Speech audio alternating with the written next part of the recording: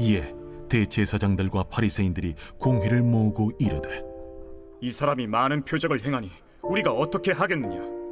만일 그를 이대로 두면 모든 사람이 그를 믿을 것이요, 그리고 로마인들이 와서 우리 땅과 민족을 빼앗아 가리라. 그 중에 한 사람 그의 대제사장인 가야바가 그들에게 말하되, 너희가 아무것도 알지 못하는도다. 한 사람이 백성을 위하여 죽어서 온 민족이 망하지 않게 되는 것이 너희에게 유익한 줄을 생각하지 아니하는도다. 이 말은 스스로 함이 아니요 그의 대제사장이므로 예수께서 그 민족을 위하시고 또 그 민족만 위할 뿐 아니라 흩어진 하나님의 자녀를 모아 하나가 되게 하기 위하여 죽으실 것을 미리 말함이로라. 이날부터는 그들이 예수를 죽이려고 모의하니라. 그러므로 예수께서 다시 유대인 가운데 드러나게 다니지 아니하시고 거기를 떠나 빈들 가까운 곳인 에브라임이라는 동네에 가서 제자들과 함께 거기 머무르시니라. 유대인의 유월절이 가까우매 많은 사람이 자기를 성결하게 하기 위하여 유월절 전에 시골에서 예루살렘으로 올라갔더니 그들이 예수를 찾으며 성전에 서서 서로 말하되, 너희 생각에는 어떠하냐?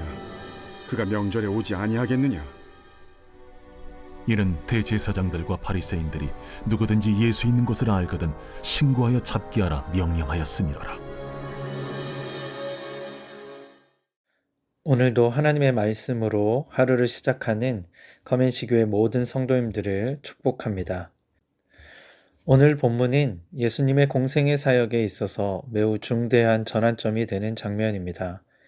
나사로를 살리신 사건으로 인해 대제사장들과 바리새인들의 시기의 대상이 되고 그때부터 예수님을 죽이려는 모의가 시작되었기 때문입니다. 예수님께서 죽은 나사로를 살리신 일은 실로 엄청나고 압도적인 기적이며 예수님이 생명의 주관자이심을 보여주신 사건이었습니다. 그런데 이 놀라운 표적 앞에서 사람들의 반응은 두 갈래로 나뉘었습니다. 죽은 자가 살아나는 것을 직접 목격한 많은 유대인들이 예수님을 믿게 된 반면 어떤 사람들은 이 기적을 보고도 곧장 바리새인들에게 달려가 이 사실을 고발한 것입니다. 오늘 본문은 이 소식을 전해 들은 종교 지도자들이 다급하게 모여 회의를 하는 장면으로 시작됩니다. 이들의 모습과 그 소란 속에서 예수님이 취하신 태도를 통해 주시는 하나님의 메시지를 나누기 원합니다. 먼저 47절과 48절을 보겠습니다. 민심이 예수님께 급격히 쏠리자 대제사장들과 바리새인들은 비상대책회의인 공회를 소집하고 이렇게 말합니다. 이 사람이 많은 표적을 행하니 우리가 어떻게 하겠느냐? 만일 그를 이대로 두면 모든 사람이 그를 믿을 것이요, 그리고 로마인들이 와서 우리 땅과 민족을 빼앗아 가리라. 그들은 예수님이 많은 표적을 행하셨다는 사실을 수많은 사람들이 보았기에 인정할 수밖에 없었습니다. 그렇다면 마땅히 이분이 정말 하나님이 보내신 메시아일 수 있겠다 하고 생각하고 확인해 봐야 했을 것입니다. 하지만 그들은 확실한 표적 앞에서도 철저하게 자신들의 이익을 먼저 계산했습니다. 모든 사람이 예수를 믿고 따르면 로마 군대가 개입해 자신들이 누리는 터, 즉 성전의 권력과 기득권, 재산을 다 빼앗기게 될 것을 두려워한 것입니다. 자기 권력과 소유에 함몰되어 있던 그들은 생명의 주인이신 예수님을 받아들일 수 없었습니다. 오로지 나의 위치가 위태롭다는 생각뿐이었습니다. 이기적인 자기 사랑에 빠져 진리를 보지 못하고 결국 생명의 주님을 배척하고 죽이려는 끔찍한 결론에 도달하게 된 것입니다. 사랑하는 성도 여러분, 이 종교 지도자들의 이기적인 마음을 보면서 우리도 스스로에게 질문해 보면 좋겠습니다. 나도 혹시 이럴 때가 있진 않은가? 나의 시간, 돈, 목표, 명예와 권리, 이런 것들이 예수님보다 훨씬 더 중요해서 예수님을 철저하게 나에게 유익한지 아닌지의 기준으로만 대하고 있지는 않습니까? 나에게 위로가 될 때는 찾다가도 내 기득권을 내려놓고 조금이라도 손해가 된다 싶으면 슬며시 예수님을 멀리하고 있지는 않습니까? 우리는 모두 연약한 죄인이기에 내 목적에 맞게 예수님을 이용하려는 어리석음을 범할 때가 있습니다. 오늘 이 아침 이 이기적인 신앙의 껍질을 벗겨내길 바랍니다. 예수님은 하나님의 아들이시며 나를 가장 사랑하셔서 나를 위해 자기 생명을 아낌없이 내어주신 분이십니다. 나를 살리려 전부를 내어주신 그 사랑과 은혜를 잊어버리고 얄팍한 계산기를 두드리는 신앙생활을 해서는 안 됩니다. 내 기준과 이익을 십자가에 못 박길 원합니다.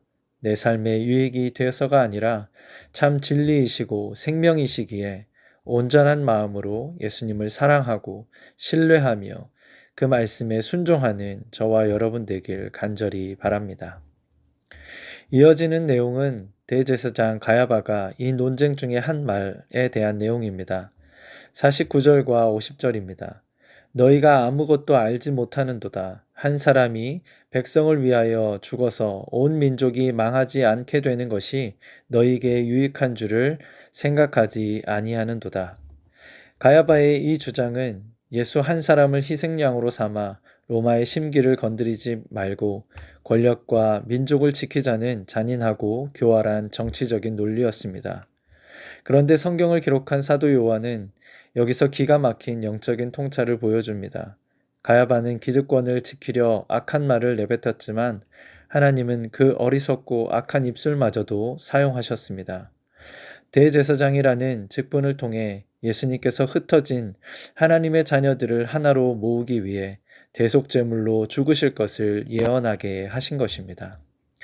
이것은 놀랍고 위대한 하나님의 섭리입니다.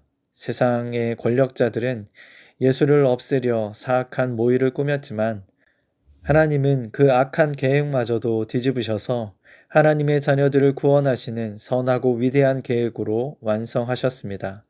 성경을 읽는 우리 모두에게 예수님이 진정으로 자기를 희생하여 우리를 구원하신 메시아이심을 다시 한번 확실히 증거하신 것입니다. 성도 여러분, 세상이 아무리 악하고 억울한 일들이 일어난다 할지라도 결코 절망하지 마십시오. 하나님은 어리석은 사람의 말도 악인의 계획도 합력하여 결국 하나님의 뜻을 이루시는 분이십니다.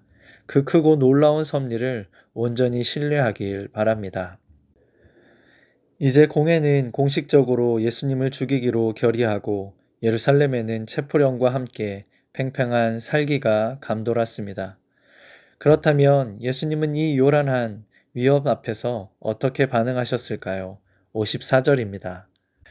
그러므로 예수께서 다시 유대인 가운데 드러나게 다니지 아니하시고 거기를 떠나 빈들 가까운 곳인 에브라임이라 하는 동네에 가서 제자들과 함께 거기 머무시니라.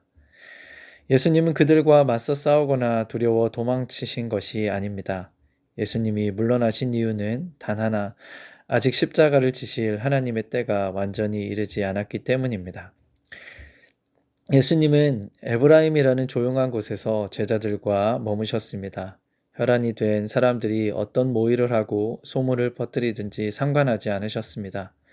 세상의 소리와 반응에 집중하지 않고 오직 하나님의 뜻이 이루어지기를 바라며 하나님께만 집중하셨습니다. 그리고 다가올 유월절 십자가의 사명을 묵묵히 준비하셨습니다. 사랑하는 성도 여러분, 우리에게도 예수님의 자세가 필요합니다. 우리가 살아가는 세상은 참으로 요란합니다. 뉴스와 사람들의 이야기를 들어도 불안한 소식뿐이며 원수 마귀도 끊임없이 우리 영혼을 뒤흔들려 합니다. 세상의 소음과 마귀의 위협에 집중하기 시작하면 우리는 두려움에 빠져 결국 사명을 포기하게 됩니다. 우리는 그럴 때일수록 예수님처럼 시선을 돌려 하나님과 그분의 말씀에 집중해야 합니다. 세상이 어떤 소리를 치고 소문을 만들어 내더라도 우리는 가장 먼저 하나님의 말씀을 듣고 반응해야 합니다. 예수님께서 에브라임 빈들에서 묵묵히 십자가의 길을 준비하셨던 것처럼 우리 역시 흔들림 없이 나에게 맡겨진 사명의 자리를 지켜내야 합니다. 이제 말씀을 맺겠습니다. 세상은 자신의 이익을 지키기 위해 예수님을 버렸습니다. 그러나 하나님은 그 버림받은 십자가를 통해 저와 여러분을 구원하셨습니다. 예수님은 요란한 위협 속에서도 하나님의 때를 신뢰하며 묵묵히 구원의 길을 걸어가셨습니다.